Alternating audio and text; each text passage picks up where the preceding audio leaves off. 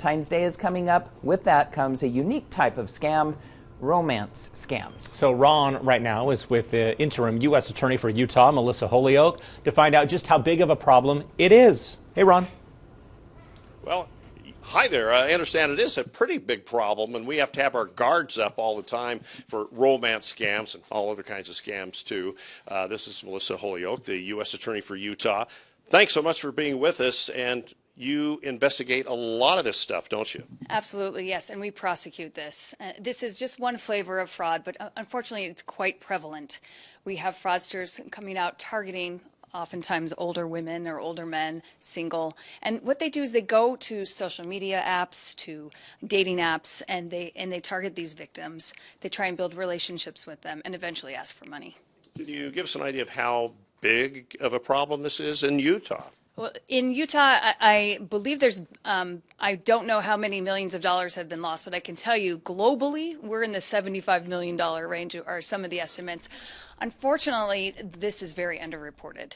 Folks are, feel very ashamed by these types of frauds and do not often report it to law enforcement. So we're trying to really encourage people to, if they are victimized, to come to law enforcement and report this. Okay, give us an idea of how they get into your life and then start taking advantage of you. Absolutely. So they will contact you on, like I said, on a social media app or on a dating app. They will use your profile and aspects of your life to tailor the conversation to you and try and build a relationship of trust. And oftentimes they'll use even artificial intelligence to really tailor that to you and supercharge that relationship. Then you will see them be quite overtly loving, love bombing, very early on, and start that relationship. They always promise to meet in person, but always have an excuse at some point and push it off and push it off and push it off.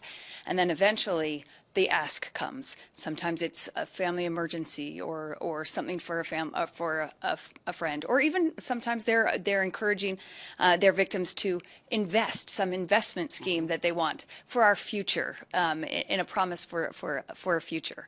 And that's where they ask for the money. Are there prevalent people who they go after? Well, let me rephrase that. As far as, I think I read that they pose as maybe someone out of the military, those types of things. That's absolutely the case. They often use this because they are posing as someone that's outside the United States, so they aren't able to meet in person. So that will happen sometimes, or a project outside of the United States. But yes, like you were saying, they target oftentimes women, older women, and we're even seeing older men over 50 that they're targeting. And this often comes when it's someone who's just had a recent life event, like a recent divorce. And so that's when they will target these individuals. So they kind of know a lot about you. Yeah. Yes. Okay, what do we do to combat that or protect ourselves? What kind of shield should we put up? Well, first and foremost, we need to educate. We need to educate our family. We need to educate our friends. Talk to your older parents who may be single, who may be able to do this. Talk to them about protecting themselves online, about looking at their social media profile. Who are they sharing this with? Talk to them about what information they're sharing, personal information they're sharing with people that they might be connecting with. And absolutely, do not give money to someone you have never met in person. Probably goes without saying. And don't look for love in the wrong places, right? Absolutely. Yes. But be compassionate. What we want to talk about. This is really, humans are just searching for connection, and this is can be really difficult. And we want to make sure that we're compassionate so victims come forward and will report to law enforcement. Is there an uptick in this around Valentine's Day? We do see that, yes, because as as Valentine's Day is coming and folks are looking for love and romance, that they are the fraudsters are targeting victims at this time.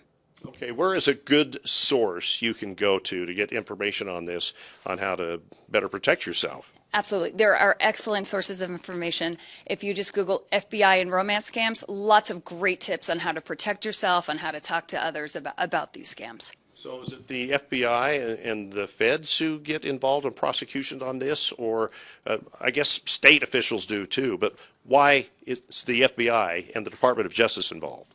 These are federal crimes, and these are federal crimes that we do prosecute and have prosecuted. So just most recently, we prosecuted a case where there was a scheme for over 2 years involving $6 million where victims were defrauded. So we do prosecute these cases. And we see a lot of it in Utah. There are Utah victims, unfortunately, and sadly, these can be very large sums. We have victims who have lost life savings. Yeah, super sad. So what's your advice then if you're sitting there at home watching the U.S. Attorney for Utah right now? What advice do you give? My advice is to talk to your family and friends, do the research, go look at these, find out the tips that can help save family and friends, but educate, talk to them, have compassion, and let's prevent these frauds from happening. How vulnerable are younger people? I mean, young people like me. Anyone could be a victim, really, but we do see the older folks being targeted, but everyone should really educate themselves on how to avoid these.